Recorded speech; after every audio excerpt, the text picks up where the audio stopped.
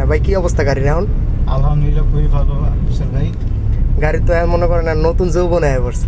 একদম আপনার হাতে জাদু আছে এটা বলতে হবে। না, আপনার কাছ থেকে 2 বছর যাবত আমি কাজ করাইতেছি।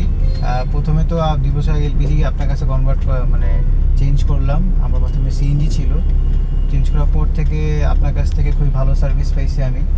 যখনই কোনো অসুবিধা হয়েছে আপনি সবসময় মানে সময় নিয়ে ঠিকভাবে দেখা গেছে ঠিক করে দিয়েছেন, আর মানে কখনো ফিরিয়ে দেন নেই। আর আপনার কাছ থেকে কাছের যে যে ধারণা আর দেয় সব কিছু মিলে আমি সন্তুষ্ট, এটা বলবো। আজকের কাজে কি বুঝলেন?